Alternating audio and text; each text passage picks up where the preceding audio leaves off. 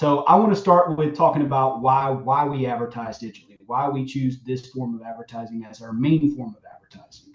I've got some statistics here, and I like to break this down into two different factors. We've got external factors, and then we've got internal factors.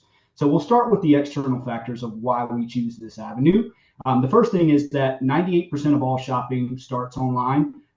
We all know this by now. We all participate in it. Anything that we want, the first thing that we're going to do is run a Google search on it and try to find it online. Now, taking a step further, 95% of all of our customer base actually starts their online search before actually entering a dealership.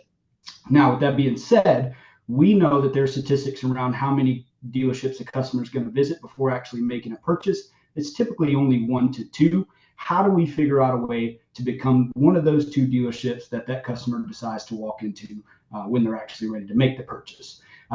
As Brandon said before, and you'll hear this throughout this presentation, we do that by creating the in-store experience online, and that's the power of digital advertising. So those are some of the external factors that I look at. It's simply because this is where our customers are, this is where they're looking, this is where they're shopping, and we have to be visually present and top of mind.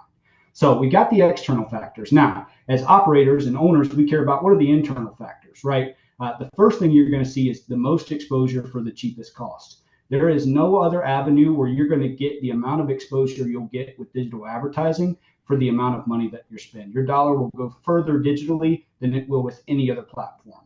Not TV, not radio, not billboards. None of those platforms are going to be as effective for the actual cost of your ad as what you'll get with digital advertising. So most exposure for the cheapest cost. And the second thing, again, as owner operators, we want to track it. I want to know what we're spending, where it's going, how it's working, and I want to be able to put a dollar amount on it. So can I do that with digital advertising? The answer to all of those questions is absolutely.